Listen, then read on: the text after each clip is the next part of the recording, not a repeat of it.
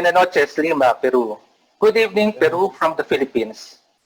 Latin America is crying for help as the World Health Organization declares South America as the new epicenter of the deadly coronavirus pandemic. To better understand of what is happening in Latin America, particularly in Peru, let's welcome in our conversation Professor Oscar Vidarte Arevalo from Pontificia Universidad Javeriana in Peru and South America's top international affairs analyst. Good evening, Professor Vidarte. Good morning here in Lima, Peru. It's a pleasure. Yes.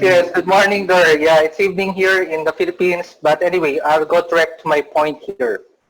We have seen the shock of wave of the unforgiving COVID-19 disease, challenging humanity's immunity system from Asia to Europe, North America, and now it's trying to wipe out Latin America.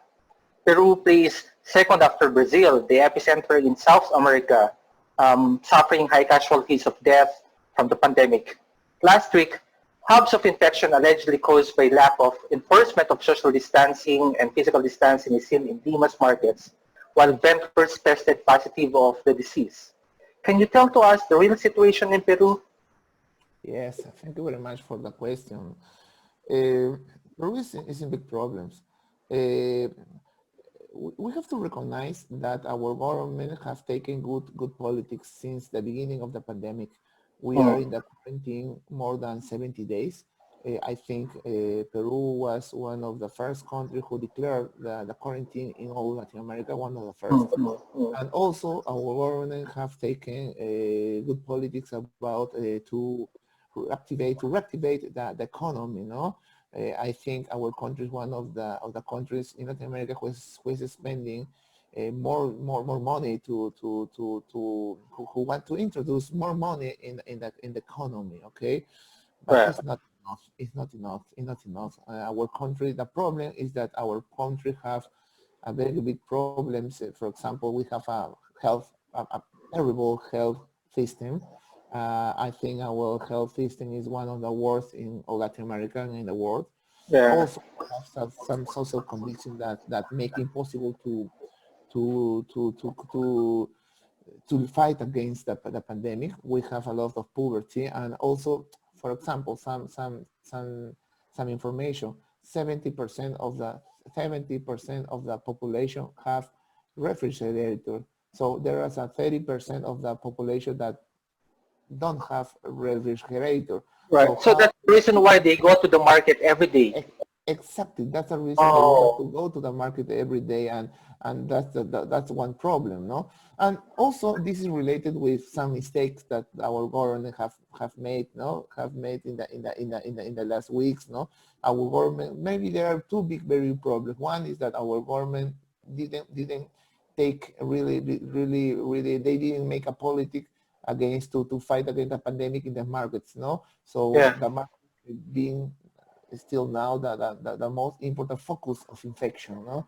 And also right. Our government delay in buying molecular tests and tests, because you know that the only way to fight this pandemic is knowing where is the pandemic, no? Who is the people infected with the pandemic. Right. But we have a very big delay. All March, we began to test the people in April. So I think we lost more than. So 30. We didn't say you have the mass testing already. What about contact tracing? Do you have policy on contact tracing? Yes. We have different politics. That I think our government is doing okay. Is doing what the Health International Organization says to all government. We are doing what we have to do, no? Right. We have also to be very clear, no? All the people is talking now about Peru. Peru is the second country in Latin America affected by the pandemic. But we have to take very, very carefully this data, this information, no?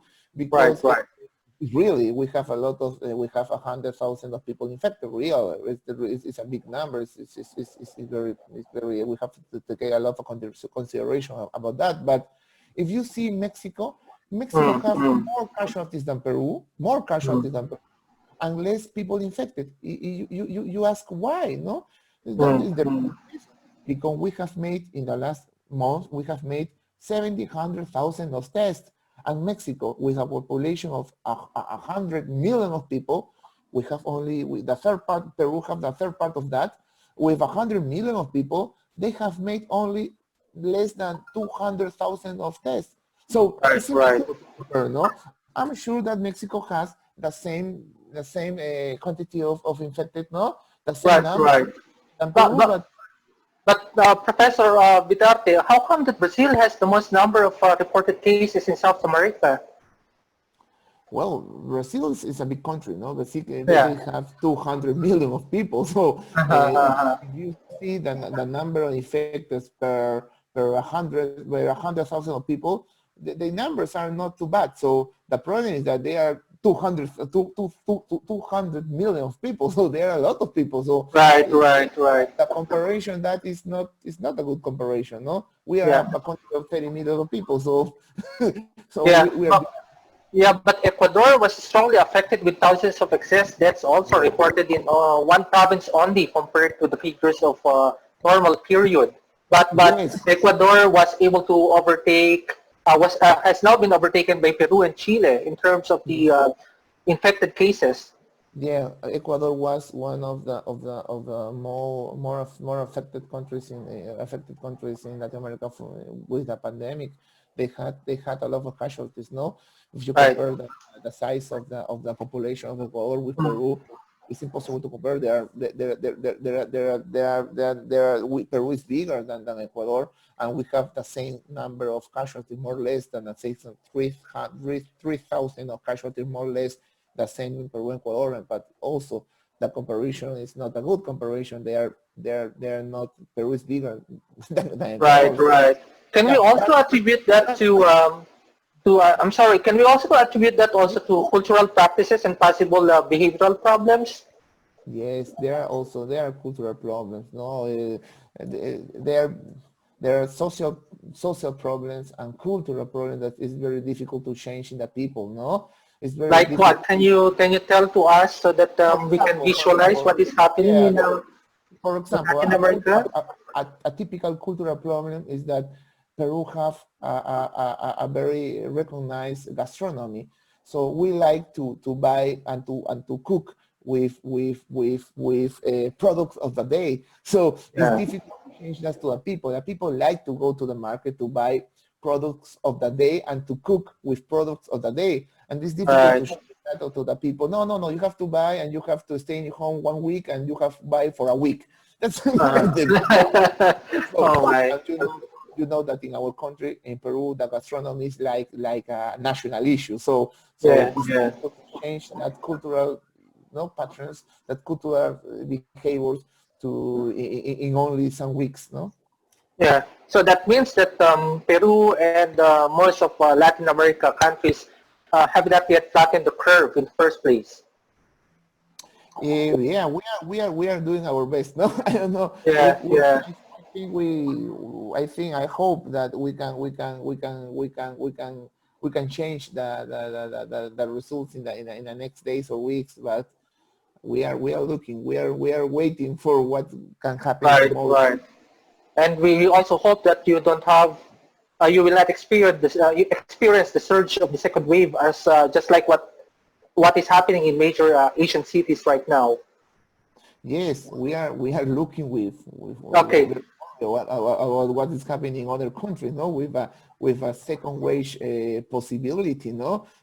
Right. I think that if you see our health system, everything can happen in Peru, no. We know that a second wave is possible, but we are still in the Mhm. first wave. So Yeah, it's yeah, I difficult agree, I to agree. think Yeah. in a second wave if we are still in the first wave and we are not ending the first wave, Yeah, no. you have So not flattened yet the curve. yes, yes, but if you see what happened in Italy or Spain, and you know that they have one of the best health systems in the world. Right, right. You see our But health system, you know but that still they everything suffered that the exactly, pandemic. no? And if you saw, for example, not only social and cultural issues, also economic issues, the Right. 70% of the population of the people in Peru live in the informality economy. So they have to work all day to have money to carry, to take to their houses. So it's difficult, it's very difficult to Right. make rules, to obligatory rules in an Right. in Right. informality economy, because the informality live in Yeah. not following the official rules. They follow their own rules. So it's Right. difficult Right. to the government to say you have to do this, but the informality is informality. They don't do what government says. They do what Yeah. they consider to their, because their economy. So it's So very meaning to say difficult. there's a lack of law enforcement um, for the imposition of the laws in Peru. Yes, yes. We only can be out at until 8 o'clock. So Since there's a now, curfew. yeah, yeah, until 9 o'clock. So we have to return home early, because but the people can. There's nothing to do out. No, everything is closed. So Oh, we have, right, right. yeah, Even public only, transportation. yeah, we have public transportation, not too much. We have, because the people who use public transportation, that the people related with hospitals and they have to use it. We have a supermarket and banks. There's no Right, more in the, right. But so you were talking about the informal settlement in Peru. You said that it's almost 30%. Don't they receive any amelioration or support from the government? well, we are talking about the informality is 70%, not 30, Oh, that's so 70. high. That's Oh, 7%. 70%, not 30, 70%. So that's very, very particular. If you compare, for example, with Chile, the Right. informality in Chile is only more or less than 20% or Uh-huh. 15%. So Right, that is right, very big topic if you want to compare countries, no? right, With right. 70% of informality in our economy, it's very difficult Yes, yes, yes. to fight against pandemic. And our government have given to the people a lot of money. So for the poor Mm. people, they are giving like $300 per month. Okay, Right. from the government, from the state economy, from our resources. Okay, national resources. So but even it's not enough. No, it's not enough to Right, fight. right. The people have to live, have to eat, and Mm. that's the reason that that you can see in the street people buying, selling things, or doing other kind of economic activities, because they have to live, and Right, that's right. also really Okay, really let's talk about the global recession, which okay. all of us are feeling right now, caused by the pandemic. And Okay. for quite sure, Latin America is not even spared from this uncertain time. There's an article by Foreign Policy that says that Latin America's economic and political systems were already under strain. And with the current situation, this is like a make or break for Latin America, as the continent heavily relies on foreign investment and trade from the US, Europe, and China. How will South America countries cope up with these impending challenges? Yeah, Latin America is in a very weak economic situation. No, for example, CEPAL have said that in the last 5 years, were the worst 5 years in the last 40 years. Okay, in economic Mhm. terms. No? Also, the International Monetary Fund said the last year. I know what I'm not what going to say this year, but the last year Yeah. they said that Latin America is the region that is the worst region in economic terms in the world. Right, right. So I Latin think, America. yeah, Latin America is in a bad condition. So this pandemic appears in a very bad moment for us. No, it was different, the condition, the economic condition or context of Latin America 10 years ago. We were Yeah, the yeah.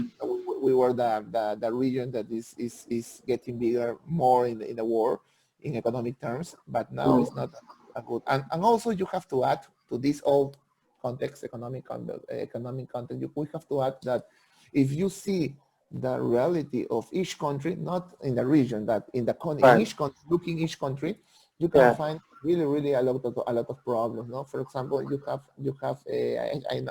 I'm sure that you have listened about these big protests in some countries in Latin America, in Ecuador, in Bolivia, and Chile. these protests are not economic protests. There are other Okay. kind of like democracy, like they want to change the constitution in Chile, like That is but even before the pandemic, right?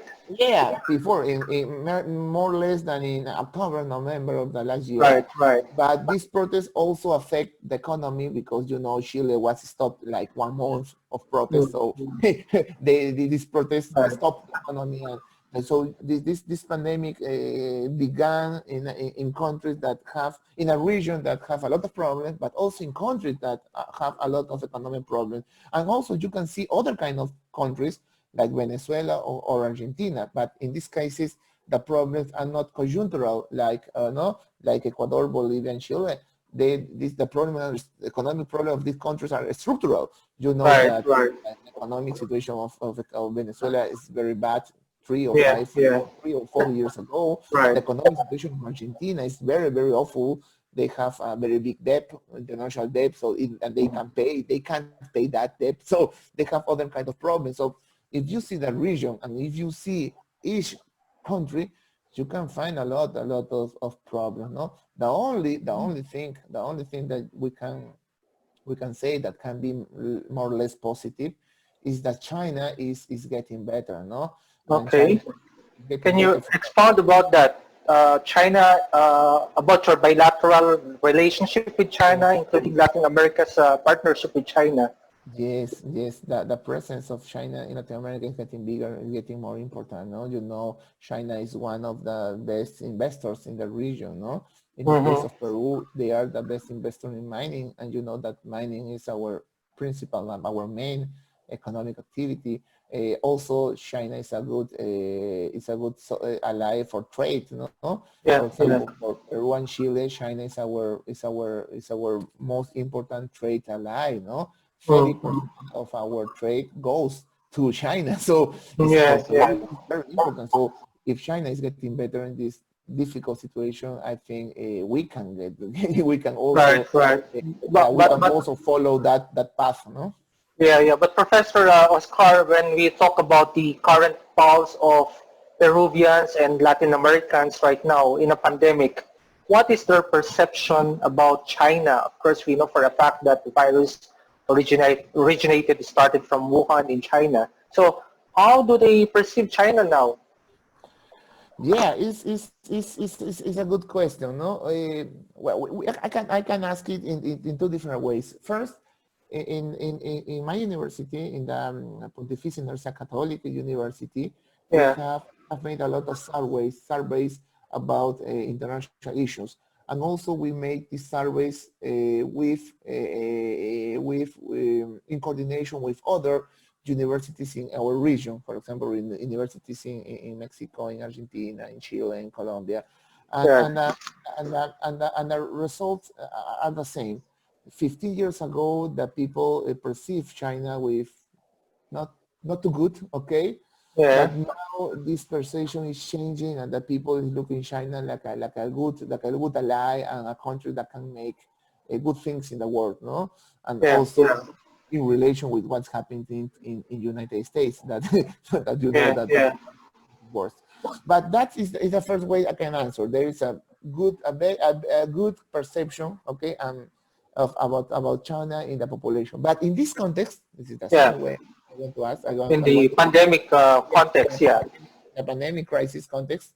Well, also I think that the perception is not too bad. No, we know Mm-hmm. that people recognize that this pandemic began in China. You know that all the people Mm-hmm. recognize that China, I think, have has some responsibility in the beginning and expanding of this pandemic, but Right. also they find in China a country that want to help other countries in the world, no? So you can Right. see how China help with doctors to countries like Italy.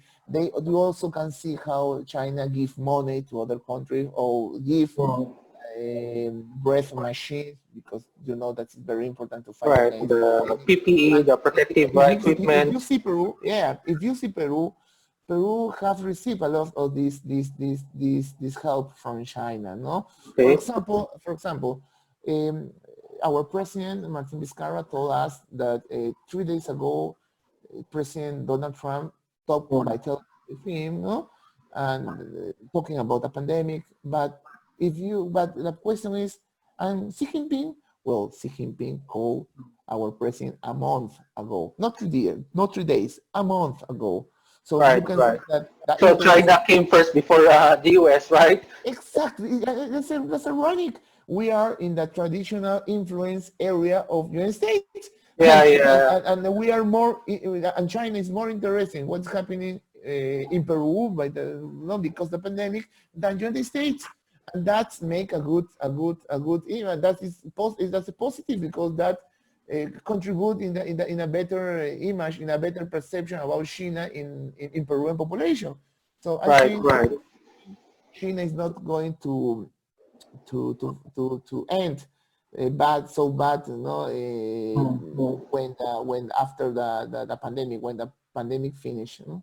So you mean post-COVID, it's still with China because Yeah, yeah, of the negligence of, well, maybe for the lack of the better term of the U.S. protection, extending its protection to Latin America. Let's talk about exactly. the foreign relations. I've talked to Professor Carl Thayer last week, and he cited about Professor Amitabh Bhattacharya's multiplexity, where they see various coalitions of states and non-states and between states in the post-COVID era.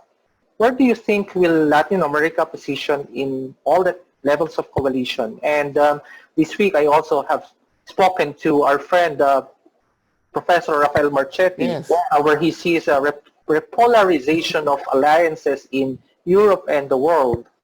Where do you find China in that order in Latin America? Well, that's a very difficult question. There are a lot of topics there.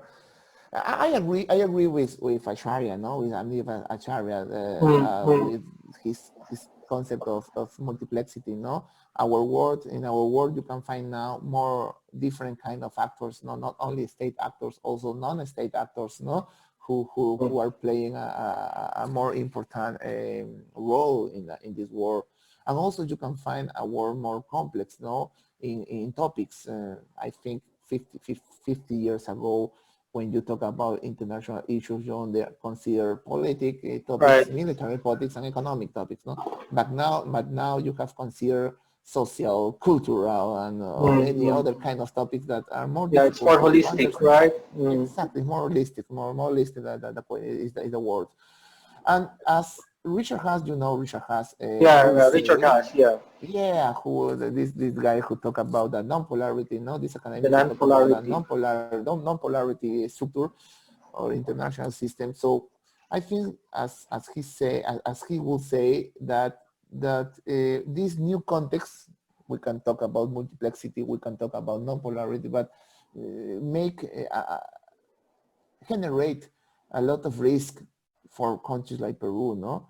Because you know that countries like our countries in Latin America have to take decisions. For example, whose country we have to be an ally, whose non-country or Mm. non-state actor we have to be an ally. So it's very difficult to our countries to take decisions in this new context, no? Maybe when we live in the Cold War, in the bipolarity era, Mm. where maybe in that context was more easy to take, more easier to take a decision, no? You have Right, two right, options. You have to ally with United States or the Soviet Union. You didn't have more options.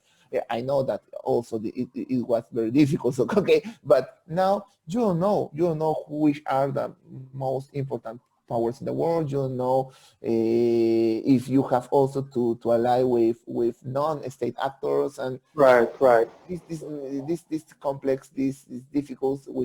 I think is the Mm. world of the next decades, Right. no? And if you talk about polls in Latin America, Mm. 15 years ago, 15 years ago, only 15 years ago, Mm. Mm. you talk in America, you can saw in America three big poles. One Mm. is what we talk the Washington axis, no? The other one is the Brazilian axis, and the other Right. one, and the last one was the Caracas axis, no? So Venezuela. you can saw three big axes, no, of power in the region, no? And, yeah. Everything play in relation with these three axes. Yeah. But in actually, it's very difficult to find an axis. Right. Right. Brazil is in a very political and economic crisis. Venezuela is, you know about the Yeah. situation in Venezuela. Mexico, Argentina, other countries that can take this place can't do it now because other kind of problems, not only because the pandemic, structural Right. Right. problems. And it's in United States and Washington, they don't see Latin America like a priority. The Right. Trump Because they government, have also domestic problems in the U.S. right now. exactly. I think they don't see the international topics like a priority, and Latin Right. America also is not a priority. And it's not fault of Trump only. I think in the Right. last Right. governments, Latin America is not in agenda. Okay, in the Mm. main agenda of the United States. So, Mm. what is happening in the region? No? Can we talk in terms of polls in Latin Right. America? It's very difficult. We can say also that we are living in an era of lack of power or lack of leadership, But, no? yeah, And this is that's sad. this is very important for us because you know that without leadership you can make some politics. You can, for example, how can you promote the regional integration? Right. Right. If you have a very big leadership who Um, promote that, it's impossible. It's impossible to find something in that way. No, it's impossible. yeah. Yeah. So, hearing these stories from Latin America, I feel the how would I say it, the resentment and disenchantment because there's a leadership vacuum that we are seeing caused not only by Exactly. the pandemic but because of the structural changes happening right now. But what I want to say because basically you're still in the first wave of the virus, and Yeah. more Latin Americans will succumb to this disease. What prescriptions or what do you see so far? Do you have any recommendations, policy recommendations, how you will see the exiting strategy in saving more lives and in combating the coronavirus because the vaccine is still not available for everyone. Well, how do you see Um, the future for Latin America? it's a very difficult question. No, Yeah, yeah, we are still in the first wave. You know, yeah. we are I not can feel it also. yeah, we if you go to the street, I try not to go out of my home, but if you go, Yeah, yeah. you can see not too many people walking in the street, all the people with masks, maintaining the social distancing, everything closed. We have 70 days in living in this way, and we're going to have 30 more days, more or less than 100 days. We hope that June is going to be the last difficult month of this pandemic. Right. We are waiting for the reactivation. No, I think Mm-hmm. all the people is waiting, but also with a lot of thinking and hoping that this pandemic may finish in the next weeks. No, but if you Right, see, for right. example, what's happening in Chile, you Mm-hmm. can find not a second wave, but they thought 2 weeks ago that the pandemic is getting is finally, but they returned the pandemic, no? So Right, right. they It's an had up and to down. exactly they had to implement in the last week, for example, they have to implement um, Yeah, I heard from our friend that other kind of politics to fight against the right, pandemic, no right. more harder politics. And we from Peru, we are looking at and what, wow, that can happen in Peru very easily, and that can happen in other Latin American countries very easily. And if you see the reality of Brazil is walking in a very difficult path. No, they are going to. I think Brazil can be the next Italy, the next Spain in a pandemic crisis. So, and Brazil is a big country and it's our neighborhood. So we have to be very careful about what is happening in Brazil, what is happening in Chile, not only what is happening inside Peru, no. So I think I don't see a very good future in the next weeks or months, and then we have to recover economically. And recover in that situation that I told in the last minute is going very difficult. Yeah, maybe for my last question, it seems like China is the knight in shining armor during the pandemic in Latin America. Do you see a China-centric post-COVID era in Latin America? Well, I I think that China is going to, at the end of the pandemic, China is going to be in a better position than United States, not in Latin America, but also in all the world. I think that the government of Donald Trump in the United States, if this government finish in the next month, nobody knows. But if this government finish, I think it's going to, United States is going to be in a worse place in the world than 4 years ago. I'm sure about that. And China is making everything to finish in a better position. No, the perception of China is getting better, is changing, and China is doing his work. No, Right. No? And so I don't know. I'm sure that it's not that the structure power relation is not going to change in the next years. No, United States is still the first country in the world, the first great country, great big country.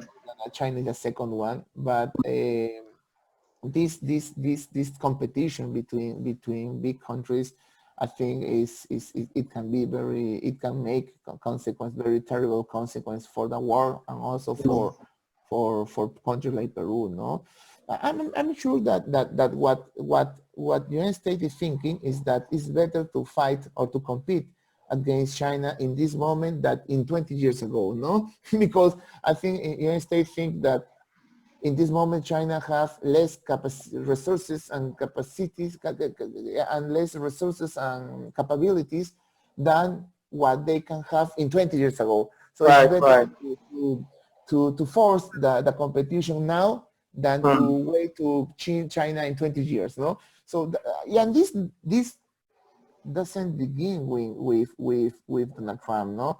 Do you remember the interest of President Barack Obama with Asia was the first time? What is happening is that the forms than the President Donald Trump understand the relation with China, no?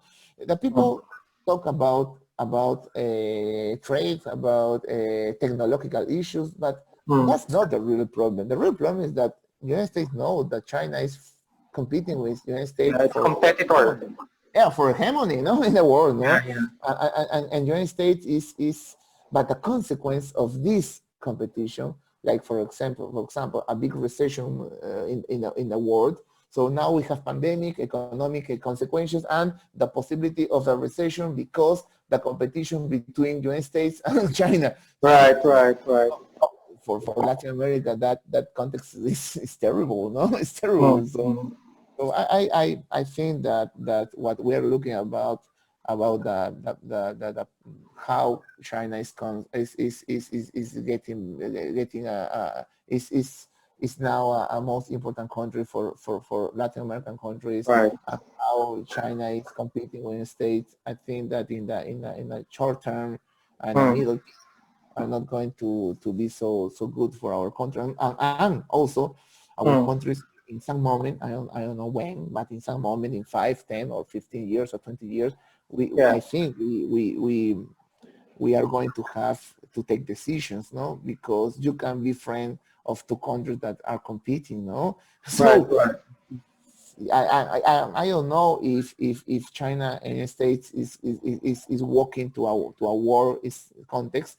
John Mersheimer says that he looked that maybe probably in 20 or 30 years China and United States can begin a war against us. You know, this power transitional theories, no, that talk about the possibility of the world in this transitional context, no. So, but I don't know that, but I think we are going to have to take very difficult decisions. For example, for Peru, there's, our trade with China is a 30% of our world trade, and with the United States is the 20%. So if you add China and United States, you can find that more than the 50% of our trade with the world. So for us to choose one of both, no? For Peru, both are important, but I don't know if the next year we can maintain that kind of politics, no?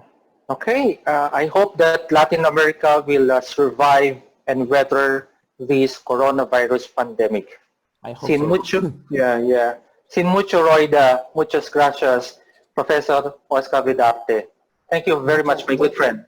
Muchas gracias a ustedes, y we are waiting for you here in Peru. Yeah, thank you, Oscar. Okay. Yeah. We're happy for having you here. I hope that stay safe and please, thank you very much. Adios. Thank you very much for this very good conversation. I enjoy it a lot.